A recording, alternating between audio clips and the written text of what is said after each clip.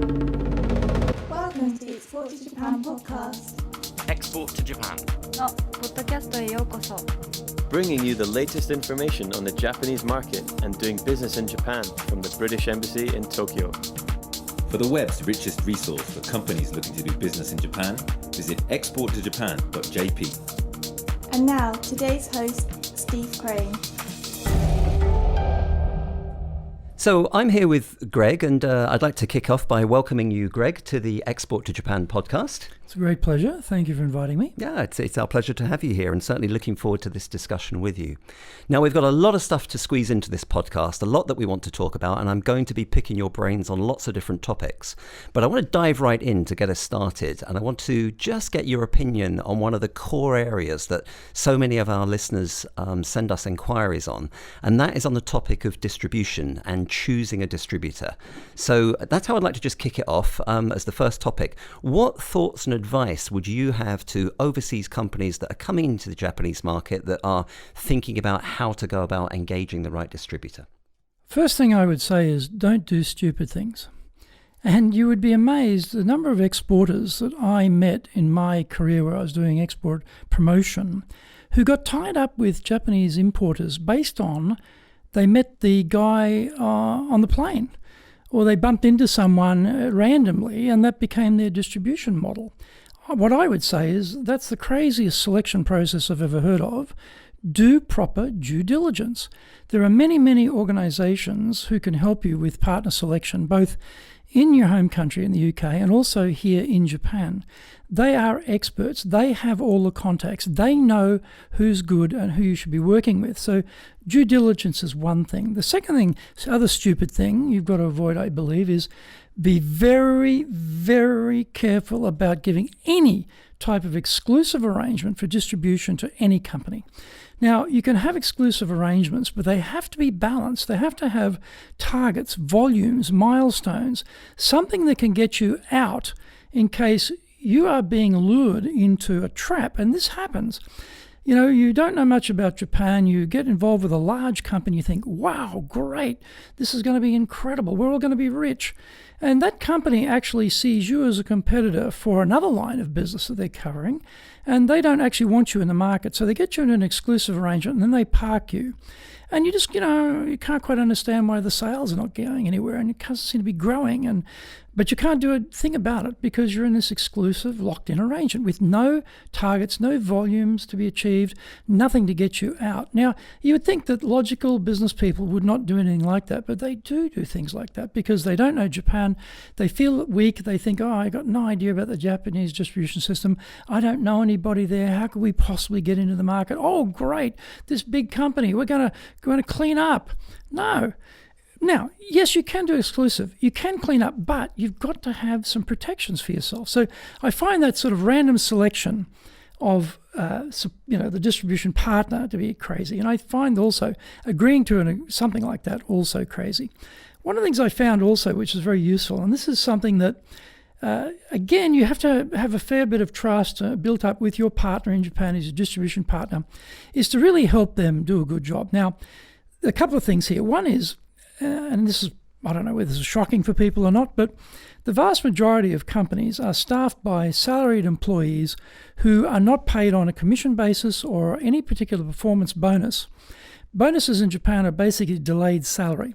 So you've got really, sort of journeyman person who's your opposite number here, who's doing the selling for you on behalf of your product lineup. They do not have a great number of incentives to do a good job. They are invariably poorly trained in how to sell. They have come through the on-the-job training methodology of how to learn, which means their boss took them to a couple of meetings and then said, okay, get on with it. So you sort of imagine that somehow this person is going to be the person coming through the door to sell your product and they're going to do a good job as a salesperson. Not correct.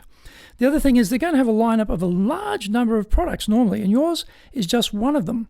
So if you have an ability to create good level of trust with the individuals you're dealing with, help them with the training on your product, but also not just the product content, but how to sell your product, how to sell. That would be very helpful. And also, to support them with training, of course, about the details, but also how to penetrate the market. Give them ideas. Give them ideas about campaigns, because invariably Japan is such a risk-averse society. People are very hesitant to jump in. You've got to help them to jump in with something that makes sense to them because you've worked with them. So that's just off the top of my head, a couple of quick things I want to mention. There are more things about distribution I'd like to say, but do you have any questions on that? Because I don't want to just keep talking without a break here, but I give you a chance to jump in as well. Thank you. Yeah, but great information you shared there. So thank you. That was a great comprehensive answer to a very important question. There was one particular part of something that you touched on there that, again, I know a lot of our listeners have an issue with. You explained very clearly the reasons why foreign companies shouldn't jump into bed quickly with the first company or distributor that they meet on the aircraft, or often meet at an overseas trade show or something like that. Very important point you made. Do you have any experience or any words of wisdom for foreign companies that find themselves already in those relationships with a distributor? They may have some exclusivity agreement, or they may not, but they're already in that relationship and it's hit the buffers and it's not going well, and they want to either work out how to make it work or possibly work out how to exit that relationship. Any wisdom you can share on that with us? Yeah, it's going to be painful. That's my first part of my wisdom transfer. Prepare for pain. When you're a highly risk-averse culture like it is here, this is a great saying. Everyone listening, write this down. In Japan, we love the devil we know over the angel we don't know. And everyone sitting in the UK is an angel that they don't know, because you've got something that is better, faster, cheaper, more reliable, better tech, whatever, differentiated, whatever. It is an angel product, but they won't go for it because they don't know you. And so this is where this emotional part comes in, where they've had track record with someone else. They've built trust over a long period of time. They are happy to go with, they'll pay more and put up with less to keep that relationship going because it's highly risk averse. Now, when you want to break in, you've got to go past that. So there is that emotional aspect in Japan about business. Now, in our current conversation about extracting yourself, this is where you've got to have some really honest, heartfelt, authentic conversations. And, not trying to trick anybody, not trying to outsmart anybody. You are just explaining that this volume or this degree of production or this degree of success does not match expectations, and you've done all that you believe you could possibly do to help them. And I hope that you have done that. I hope that you have been training their teams on the product, training their teams on how to sell it, really working with them to expand the production or expand the distribution through advertising, through marketing. And one thing, and this is something that's not easy in Japan, but it's something, if you can do it, please try and do it. Go behind the wall. What is the wall? The wall is Japanese companies have a great fear that you're going to go around them to their buyers and dud them and cut them out. That's why they put up a wall between you and the rest of the food chain going down the line in the distribution model here. However, if you've built up a degree of trust and you can do it, and you make sure you go with them and you say, I want to go with you.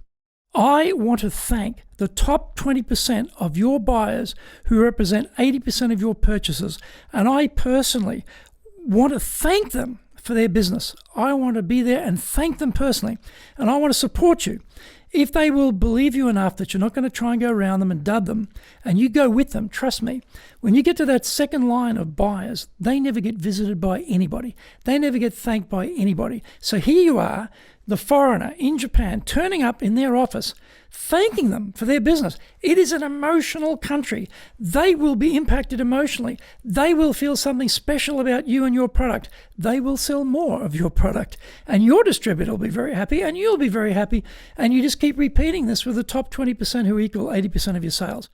Well, let's explore that further. I mean, again, thank you for a really good answer there. Very, very comprehensive. And I think you've started to touch on the next area that I really wanted to explore, because we've started to talk about some of the differences between the Western way of doing business and Western culture and Western business practice against some of the exclusive and unique parts of the Japanese business culture and practice. And the emotional bit is a very strong message that's already come across there. But what I'd like to do now is move on to let's park up the thoughts about the distribution model and that way of coming in and the thoughts about that. Just as a more general level, for foreign companies that are out there that are thinking about entering the Japanese market, and they might be thinking, this is a confusing place, I don't know anything about it, it sounds bizarre, it sounds different.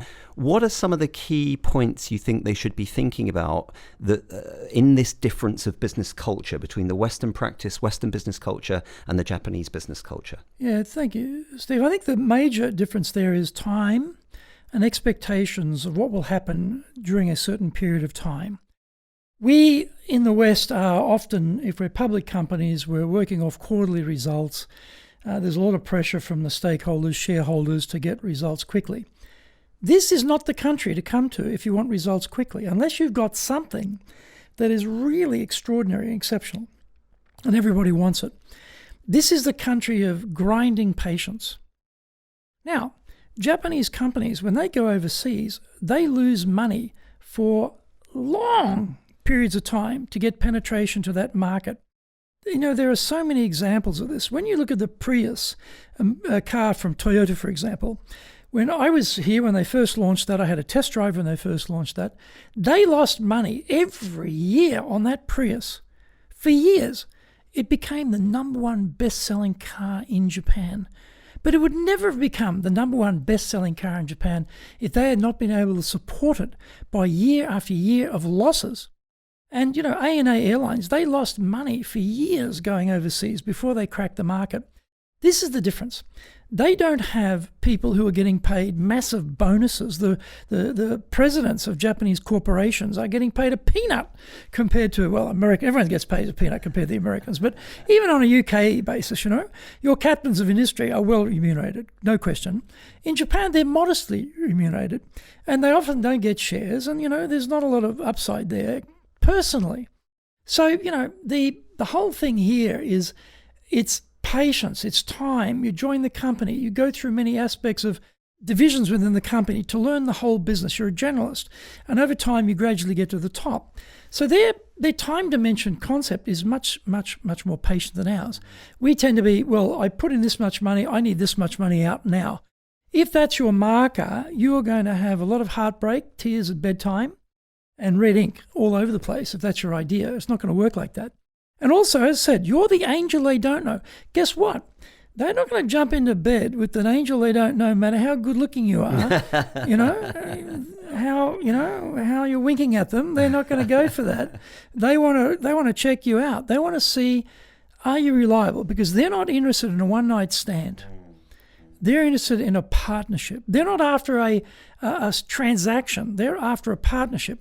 They're looking for someone they can trust long term. And the good thing on the flip side is, once you get the trust, you're hard to get out. Yeah, okay. You're hard to get out. Once you get in, for that hard you're work, hard to get out, which is why it's hard to get in. And your competitors because you've got to can't get push in somebody so who's easily. already in there out yourself. So it's both a bonus and a barrier at the same time. So, the point there is time. You've got to be patient. Maybe you can start small, but, low cost, build it up over time. Okay.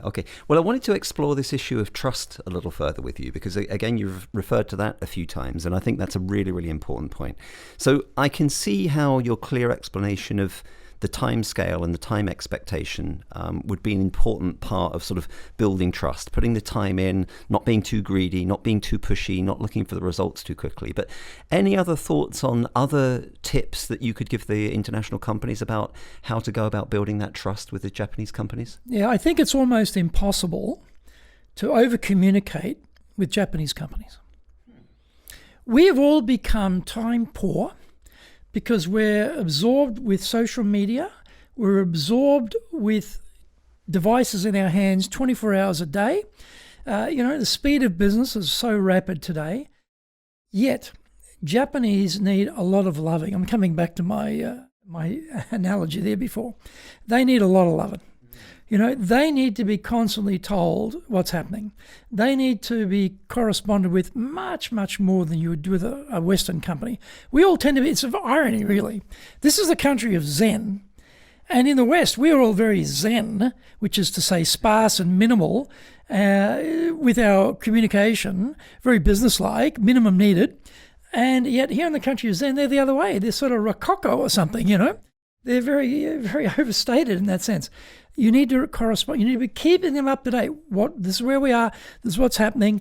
Why? Because this risk aversion. They need to know nothing's going to go wrong. I remember we were exporting bark to Japan for gardens. Now, bark has to be clean. It can't be bark with twigs, no twigs. It can't be bark with stones, pebbles, sand, no stones, pebbles, sands. It must just be pure bark. They put them in a big container. They compress it. And you get a lot into one container. You ship it off to Japan. It goes into the gardening industry for distribution. Terrific. So the boat is supposed to leave for the shipment of bark to Japan. The supplier rings us up and says, "Oh, by the way, we missed the boat. But don't worry, it'll be on the next one." Well, we ring the Japanese buyer. Unfortunately, they missed the boat. Well, I'm telling you, my staff member, and I'm not exaggerating, she was holding that phone at arm's length in her office. We could hear the screaming down that phone line. Why was that person screaming? Because they realized they've just burnt their entire supply chain down the line. Because here, there's no great capacity for storing large amounts of stock like there are in many other countries. Here it's all minimum quantities, so no one holds a lot of stock. So you have to have constant replenishment for your small capacity to store stock, so you need to have reliability of supply. It's like, Steve, if you and I go to Shimbashi, we go out to have beers tonight, one of those little holes in the wall you get here in Japan, it's like, 8 seats or something, and we're sitting out there having a nice beer, and the beer runs out. Well, that little hole in the wall has got no storage. A little old guy on his 50cc motorbike turns up with one case of beer strapped on the back, and that's our beer for the next hour. And when that runs out, well, you and I would probably run out in half an hour.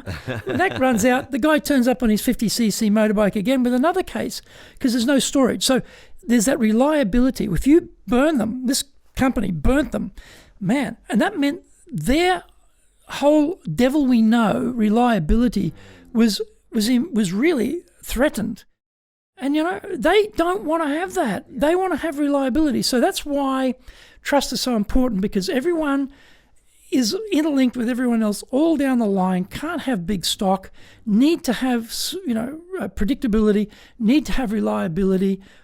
That's why the trust is so important. So once there are I don't think there are any second chances in Japan. If you're a fallen politician, you can't discover Jesus like in America and come back, You're out. And you look at fallen business people here, they're out. And the same, if you burn somebody, sunshine, you're out. You ain't coming back.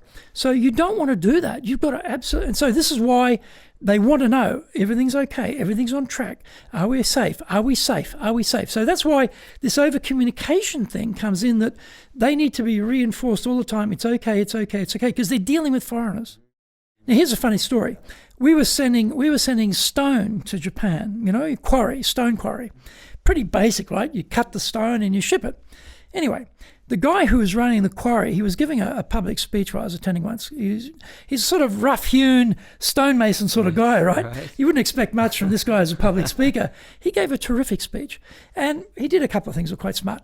And one thing, very humorous, he said, "You know what? These Japanese are very interesting. This is back in the days of faxes, right? Back in the days of faxes." He said, "I get these faxes. All the Japanese faxes have got this big stamp in English which says urgent." And he said, "You know what? I looked around my desk. I don't have any stamps which say urgent on them. But here are these Japanese who don't even speak English, have all got stamps in English with a big urgent on them." That's the point. Good. Got it. They want to know. Point very well made. You can respond. They need to know what's happening now. Yeah. But what happens in the West? You send an email. You get an answer 2 days later, if you get an answer. You ring someone, they ring you back 2 days later. Or these days you can't ring anybody because you can't get anybody on the damn phone anymore. But imagining you could ring someone like you used to, people take their time. Not Japanese. Again, funny story, back in the days of faxes, when I used to get faxes here in Japan, I used to take the hot fax out of the machine, write on it, either "thank you, I'll get back to you," or write the answer on it, put it back in the fax machine while we're still cooking, and send it back. Wow. That's the Amazing. fast response, right? Yeah. That's Doesn't get much quicker than that one. That's impossible today because we don't use fax as much anymore. Well, Japan does, but we don't. But that sort of thing, don't delay. If you get a query, respond straight away. Because what you're saying to them is, I appreciate that the speed of business in Japan moves quickly. I understand that you've got a lot of people depending on you down the line in the food chain. I know that you need to have an answer. I know that you need to be reinforced that it's all okay. That's how you do it. So quick response is important. Even if you just say, I'll be back to you in 2 hours. I'll be back to you in 6 hours. I'll be back to you tomorrow morning. Don't leave it. Respond. At least you're responding, right? And just you're the letting them fact of know responding that and you've letting got them know. Because Yeah. then they go, oh, good. Because again, when you send an email, you never really know, did they get the email? Oh, they got my email. Good. They know what I want. Good. So these things come back to how you reinforce the trust element. And here's another thing too, I suggest. Visit Japan often for as much face-to-face as you can afford. Don't think you can do it by video. Don't think you can do it by phone. Of course you can do that, but on top of that, come. Yeah. Press the flesh. Yes. Face-to-face. Daytime, be serious. Nighttime, be jovial. Have beers, have fun, laugh, joke. But during the day, don't mix it up. This is the thing. The exporters I used to deal with coming up to Japan, they mixed up what is business time, what is nighttime. Interesting. Because Japan is very formal. And when you go into a meeting, man, you could cut the air with a knife. It's so rigid and formal. And they want to have a more relaxed atmosphere. They want to, let's get to know each other and be friends and have that type of relationship. So I'm going to lighten this atmosphere with some levity and some, humor, and it falls flat. Right. After 6 with beers, goes like a champion. A little different. But up until that time, your potential future job as a stand-up comedian ain't going to fly. Give up on that job. Yeah. Not going to work. So when you're in Japan, during the day, be serious, be businesslike, be pleasant, be formal. After hours, then let it all hang out because they will. On this topic, there is one question I want to ask you here, and this is a very specific one, but I think we're leading into it a little bit now, but it is one that has come up quite frequently from our audience, and in particular from companies that have been over to Japan and had some meetings with potential Japanese partners and buyers, but they've got a little bit confused about some of these issues. And the particular one that people often raise to us is they say that when they come along to those meetings that you're talking about during the daytime, and they do a pitch, do a presentation, talk about their solution, talk about what they're offering, but they say that they get very little reaction from the Japanese side, very little feedback, very hard to tell from body language, very little comment back. It's all very silent on the Japan side. So they then come out of that meeting thinking, well, I've no idea if that went well, didn't go well, I just don't know where I stand on it. So again, is this something you're familiar with, and do you have any thoughts or advice on this particular topic? Japanese business meetings are very formal. Often the most important person in the room says nothing. Often the least important person in the room is the one speaking in English to you. That's always a guide. The person who can speak the best English is by far usually the least important decision maker in the room. So don't think because you can, get buddy-buddy with the English speaker that somehow you got a leg in. You don't. The reason they're not saying anything is, again, they're trying to gauge you. They're trying to think, okay, do we believe this? Now, one of the problems with in the sales world in Japan, the buyers have all been trained to get thrown a pitch, and then their job is to shoot the pitch full of holes. It's like grouse hunting. You get out the shotgun, you open the chamber, you put the pellets in, close it up, grouse takes off, boom, boom, you shoot it full of holes, right? That's the idea. You put up your pitch, we're going to shoot it full of holes because we want to know that we've alleviated as much potential risk to this deal as possible, and we've addressed that, and we're happy that this is a low-risk idea and that you are a low-risk partner. So the problem there is you're pitching. Now, ideally, you're not going to be pitching. Ideally, you're going to be in some meetings where you're actually able to do proper sales job, understanding how to deal with the buyer, how to get the information out of them, how to understand what they need, and therefore what you present will be totally in line with what they need and aligned. The other thing is, in that room, there are bound to be various stakeholders sitting there.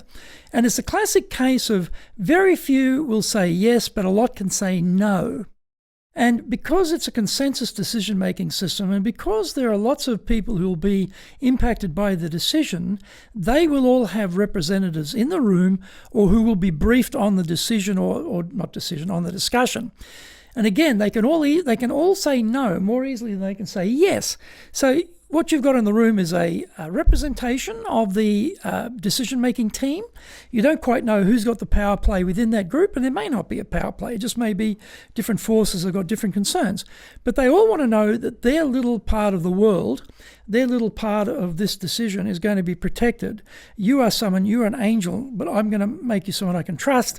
And that, we're not going to have any problem with this new initiative, because Japan doesn't like change. It doesn't like new, doesn't like change in the B2B world anyway. At the consumer level, they love new.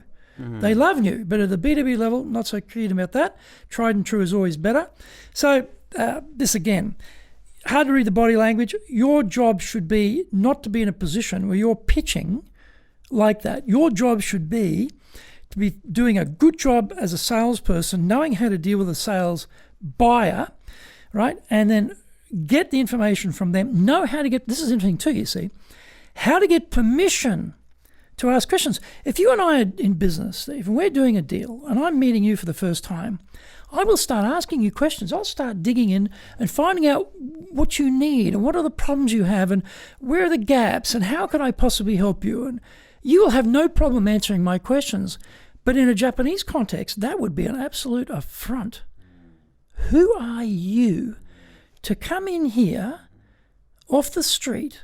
I don't know you, and you are interrogating me, the buyer? Mm-hmm. I'm not going to answer your questions, because in Japan, the buyer is not king. Okay, everyone, get this. Write this down. In Japan, the buyer is not king. In Japan, the buyer is God. And God doesn't answer questions from nobodies that they don't know, except if you know how to ask for permission. Okay. Well, fascinating. Tell us more. How do we ask for permission? Well, here's the point. You've got to understand how to build the trust in the first part of the engagement of the client. You've got to have a credibility statement. You've got to then take that credibility statement and lead into the questioning. For example, my company, if I'm doing my company, Dale Carnegie. Well, Steve, Dale Carnegie Training is a global training company. We've been in Japan 55 years, 106 years all around the world. What we do is we help individuals and businesses to build the potential of their people to skill up and become better in their performance levels and output, therefore improving the overall results of that company. Now, an example of that would be XYZ Company, who's a major Italian retailer that we helped here recently. We trained all of their salespeople on the floor, and their sales results went up by 30% as a result. Now, maybe we could do the same for you. Steve, I'm not sure if that's possible. I don't know enough about your situation to know that. But if you wouldn't mind, would you mind if I asked a few questions to know whether it's possible or not, to see if those same results would be viable for you? Can I ask you a few questions, short questions? Got it. Right, so here's a few things. I put in 106-year-old company, 55 years in Japan, global. These are all credibility statements. I gave the example of XYZ Company, which is a real case, actually. I'm not going to mention the company because we're not allowed to, but it's a real case. It was a 30% increase. They are a very high-end luxury retailer, and those are all true. So it's not stuff I'm making up. It's got to be true. Don't tell Japanese lies. You tell them one lie, you're done forever. Tell them the truth and be able to back it up. But they say, oh, what's the name of their company? I'll give you the number. Here's the president. Call him or her. Right? And then maybe, now if I'm an American sales guy, I'll be, Steve, we can definitely do that for you. Well, I'm sure your results will fly out the window after we get together and we have a great partnership. That's the American style, right? Aggressive, very direct, right? Japanese, no. I'm saying maybe we could do the same for you. I'm not sure. In order for me to understand whether that's possible or not, would you mind if I ask you a few questions? Now, If it goes nowhere, that's true. It will be a few questions. But if there's an interest there, there's probably going to be a truckload of questions. In fact, we could be going on for quite a long time. Right. So that's but you've got to know how to set up the questioning model and get permission. Yes. Once you have permission, then you can start digging in to find out what they need. And then you might say to yourself, you know what, square peg, round hole here, this isn't going to work. We don't actually have what they need. Get out of there. Right, Don't waste your time. right. Drink your lukewarm, bitter, low-quality green tea and go and find a customer who actually you can help. So you've got to be very authentic about that too. Yeah. And don't try and drive the square peg into the round hole here. That's just ridiculous. Don't go there. Find the right buyer. Find the opportunities. Move on. Right? Find the right buyer. Yeah, got it. Okay, good. All right, brilliantly explained. Thank you. There's such great little nuggets of wisdom we're bringing out here, and valuable stuff that we're learning. One point I want to get onto here, and again, this is keeping it very general, thinking about our audience and some of the questions that we know we regularly get through from the audience. With a lot of the valuable information that you're sharing and the great tips you're sharing, a lot of it does involve dialogue, and it's one of the strong messages you've given about communication and how important it is. So one of the big questions that comes is, how much can a foreign company do in this market by English language skills? And to what extent should they try and get Japanese language skills?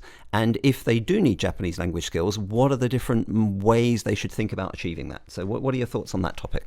Okay, well, ideally, fluency in Japanese is an obvious example where it's an advantage, obviously. It takes a long time to get Japanese fluency at a business level. So that's a very long-term goal you might have.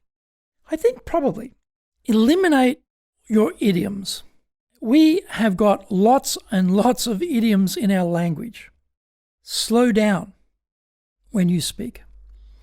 Speak obviously clearly and simply. Do not rabbit on without breaks. Now, particularly if you're being translated as you are speaking, someone's actually interpreting what you're saying, this is quite difficult. It's a skill you need to get. You need to say something, stop, hold that thought while the interpreter puts that into Japanese, pick up your thought again and keep going. Now you think, oh, that's easy peasy. How hard could that be, right? It's pretty hard. I was here when we were promoting the Olympics, and we had a very famous Australian swimmer called Murray Rose, one of my boyhood swim heroes as I was growing up in Australia. I met Murray Rose, and that was a great honour for me. But he did something that really impressed me. He was giving a talk, and he was a genius at this. He could talk, stop, not lose a train of thought, and keep going with that theme perfectly. Very few people can do that. So this is something, when you speak, you've really got to be disciplined. You've got to say, this is what I'm going to say. I get to this bit and keep it brief. Let them interpret it. Keep that thought going. Don't get distracted. Don't go off on a tangent. Don't lose your train of thought. You've got to stick with it. That is a skill you've got to practice. It's not hard, not easy, I should say. It's hard to do. And most people have no clue about interpreters. What's the usual thing with foreign languages? I'll just speak louder. No, that isn't going to work. You need interpretation. Slow down, talk in brackets, keep your train of thought. Now, if you are able to learn Japanese, terrific, that's great. It'll take you a long time. If you can employ interpreters, here's another golden rule. Always employ your own interpreter. They will say, Steve, we'll have our people interpret the meeting. Don't worry. Good. Who do they work for? You want someone who's working for you. Now, nothing with interpreters. They're often women. Okay? They're often not coming, I'm not saying this because they're women, they're not coming from business backgrounds, but often they're not. Because the way Japan works, they don't allow them to go up in the system. So they've never actually had a big job in a Japanese company. And they've gotten out of there because they could never get a big job in the company. They bolted out anyway to become an independent as interpreter. This is nothing sexist here, folks. Okay, I'm just telling you the reality. They're usually women. They're usually people who've not really had a business career per se. they don't know much about business, and they probably know nothing about your business or your sector at all, or your detail. They know about taking words from one language and putting it into another. So don't expect too much from them. But what you can expect is they will interpret what you say, and they will tell you what the Japanese side is saying amongst themselves. Right? And they will tell you what the body language is, what's the read on how they're absorbing and receiving your message. Okay? And they may, if they've got some business background, be able to give you some insight into how this is going to play and what should come next. But they're not your business guide. They are an interpreter. But often because they're Japanese. Oh, they're Japanese. They speak English. They're Japanese. Of course they know about business. No, they don't. So don't expect too much. And if they do, that's a bonus, but it's rare. But still, always take your own interpreter because they work for you. Yeah, got it. So Japanese language, hard row to hoe, takes a long time. You might, then there are lots of foreigners here who are, bicultural, bilingual, or have a very good command of Japanese. And what do? No, we don't want to employ them because, we'd rather take someone from headquarters who knows the business and we'll send them out to Japan, and because they're really experts, they'll do a good job out there, rather than someone who actually knows the culture, knows the people, knows the language.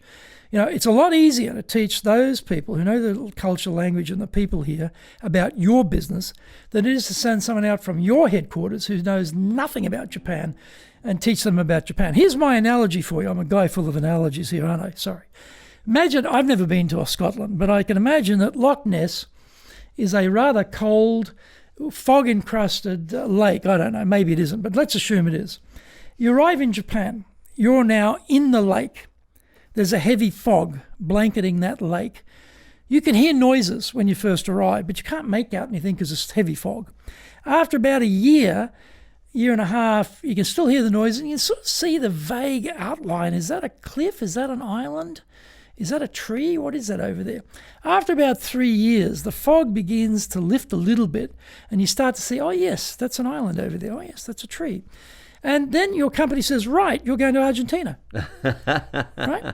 This is the problem. You get sent out here, you don't have the background, you don't know anything, and then by the time you start to get a clue, they move you to some other country and they send you to the next routine of the same thing. Got it. Whereas you could have someone here who knows the country, knows the people, knows the language, who could you invest in and keep them in your company, who over time will become a total expert in both sides of the equation, Brilliant. And I think that's something that people should invest in, but they don't want to do that. If they think, oh, no, we need the expert on the product.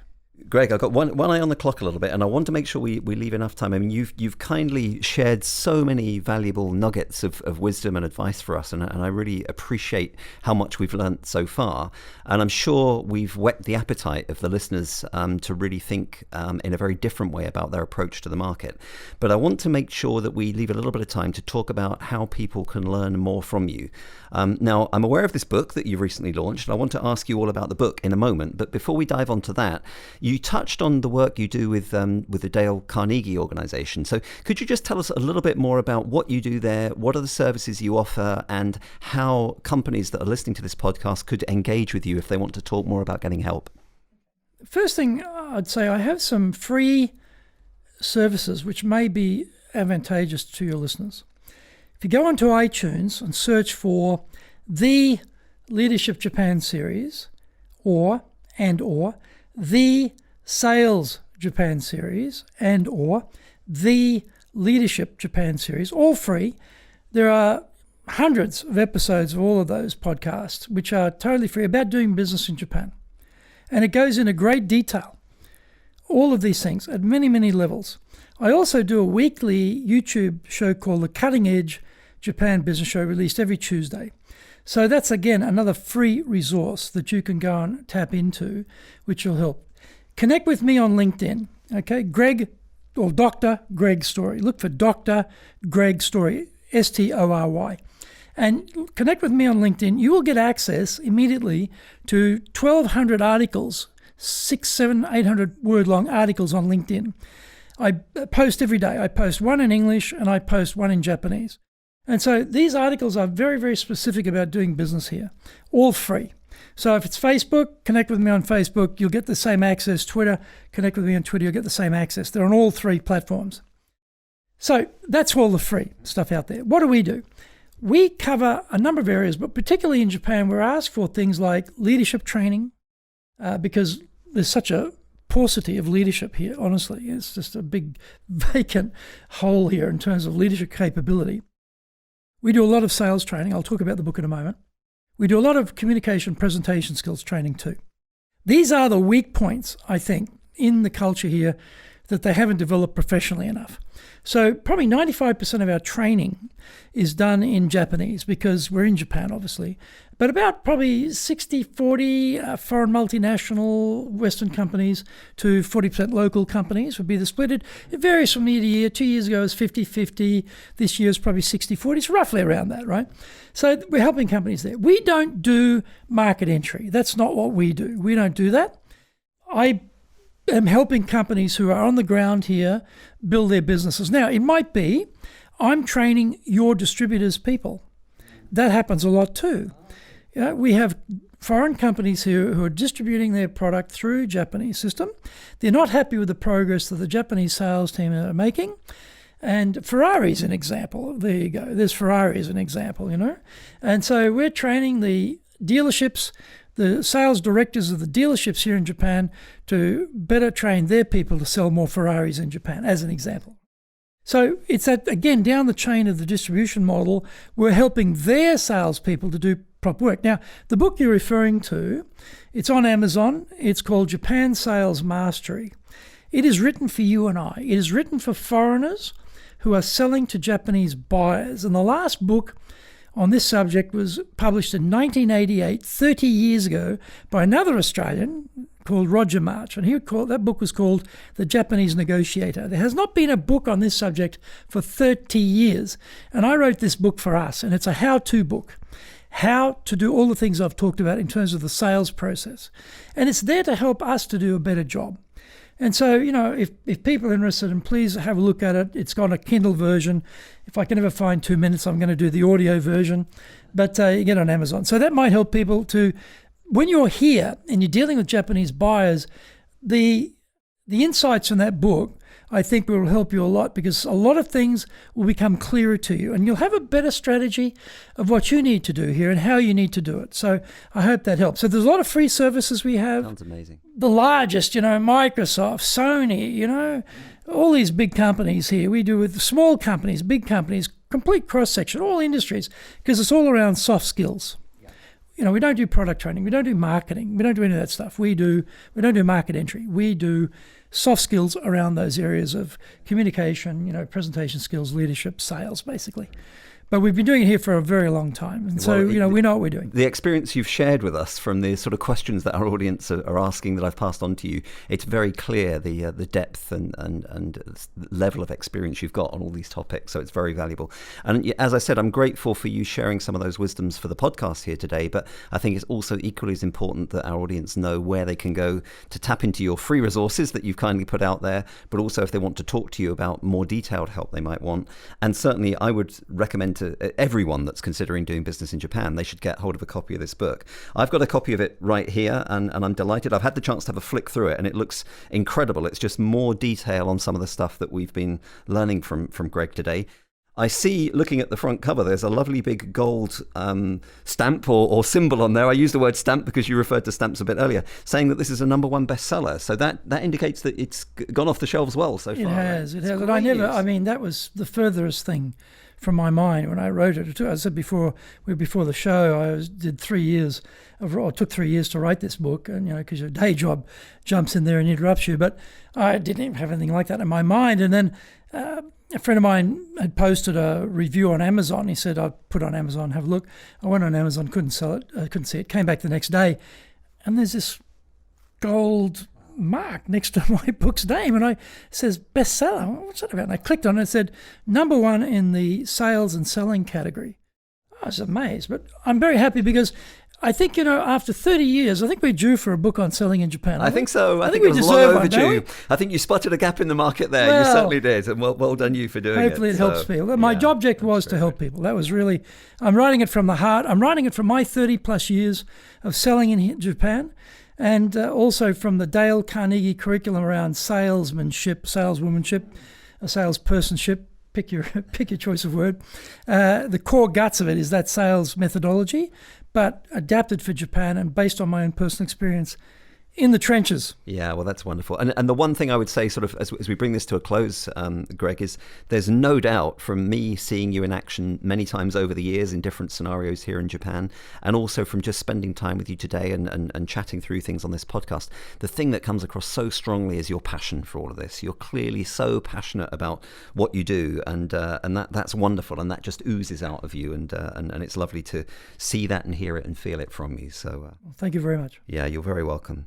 So to bring the podcast to a close, I would just like to re-emphasize those points. Reach out to Greg. If you think there's something that he can help you with, or something through Dale Carnegie where they can support you, feel free to reach out. Greg has mentioned how to find him. I don't think it will be difficult to find him out there. I would certainly urge you all to just reach out and get yourself a copy of this book. Don't even hesitate to do that. For the amount of money that it's going to cost you, just reading one chapter in this book will pay you back for that investment. Probably just reading, the introduction will do it. And there's a ton of other valuable stuff in there. So I'd certainly recommend, let's help keep it at the top of the bestseller list, and reach out there and get a copy of Greg's book. I would just like to thank you all for sort of tuning in, and please keep in touch with us for further podcasts coming along.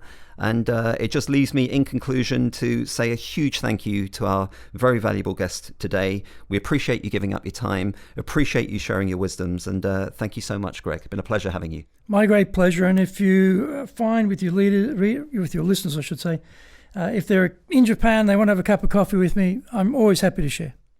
Thank you so much, Greg. And thank you all for tuning in today. Thank you. Bye now. Thank you. If you'd like more information about exporting to Japan or the Japanese market in general, visit exporttojapan.jp. If you have a question for us, send it to info@exporttojapan.jp. Thank you for listening.